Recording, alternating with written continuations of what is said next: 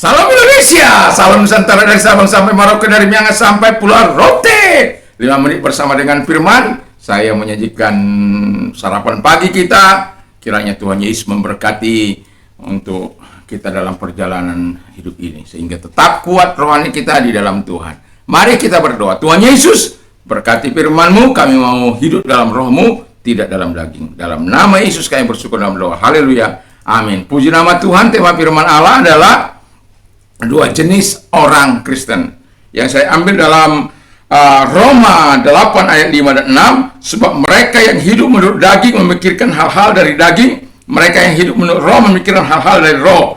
Karena keinginan daging adalah maut, tetapi keinginan roh adalah hidup dan damai sejahtera. Haleluya. Jadi kalau jenis orang Kristen yang pertama adalah dikontrol oleh daging, dikontrol oleh sifat-sifat dosanya.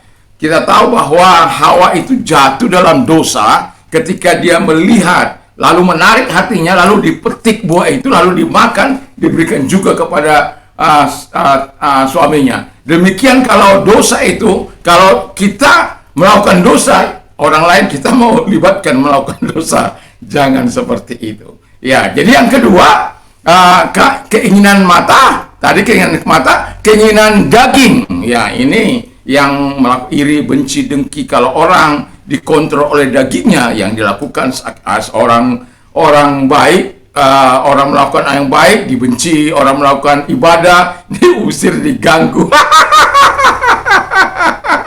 Pokoknya dengarkan saya.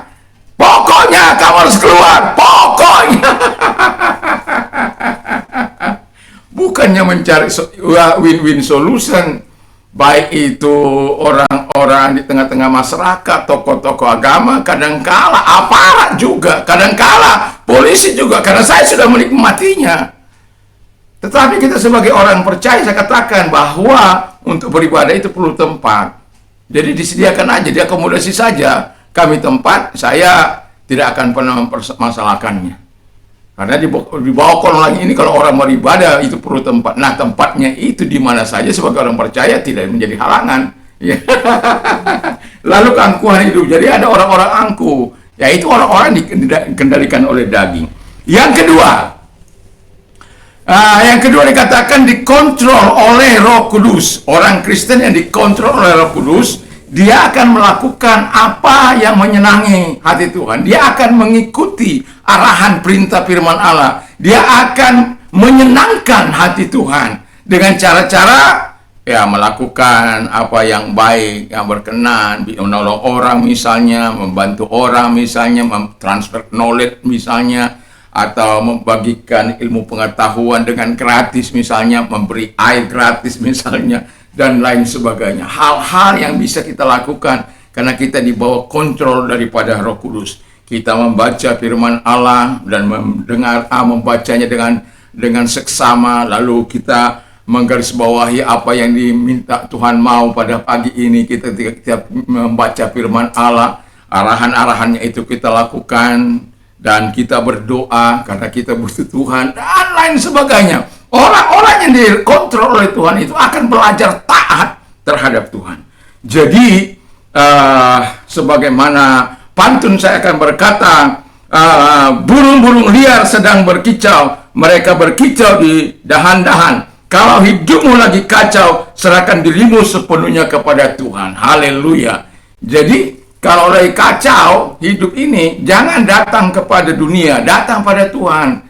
Tuhan akan bereskan, hidupmu bereskan di hadapan Tuhan. Hidup dalam pertobatan, hidup dipimpin oleh Roh Kudus, maka hidupmu akan menikmati segala yang baik, segala yang indah dari Tuhan. Jadi relakan dirimu dipimpin oleh Roh Kudus, dikendalikan oleh Roh Kudus, supaya hidupmu damai sejahtera, mengalami kekuatan Tuhan, mengalami urapan Tuhan, mengalami kuasa Tuhan.